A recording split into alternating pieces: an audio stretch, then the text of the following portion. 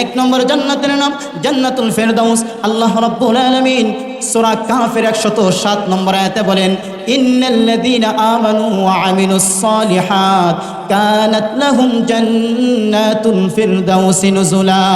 দুই নম্বর জান্নাতের নাম জান্নাতুন নাঈম।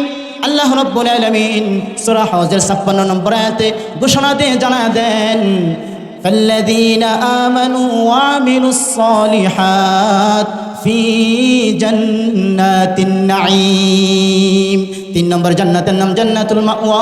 আল্লাহ রাব্বুল আলামিন ঘোষণা দিয়ে জানায় দেন, আম্মাল্লাযীনা আমানু ওয়া আমিলুস সালিহাতি ফালাহুম জান্নাতুল মাওয়া নুজুলাম বিমা কানু ইয়ামালুন।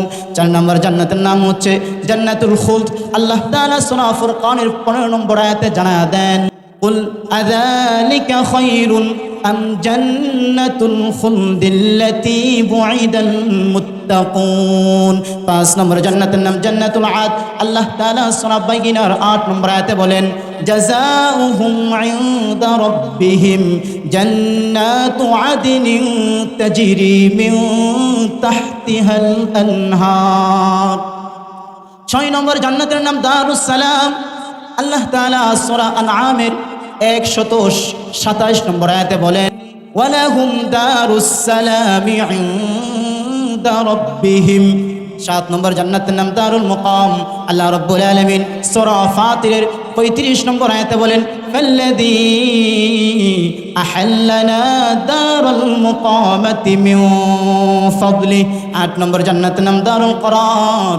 আল্লাহ তাআলা সূরা মুমিনুনের 29 নম্বর আয়াতে আল্লাহ তাআলা বলেন, ওয়া ইন্নাল আখিরাতা হিয়া দারুল করার। এভাবে আল্লাহ তাআলা কোরআনের মধ্যে 8টা জান্নাতের ঘোষণা দিয়ে বলে দেন, এরে গোলাম, একটা নয় দুইটা নয়, আমি সকল নেককার বান্দা বান্দির জন্য এমন 8টা জান্নাত প্রস্তুত করে রেখে দিই।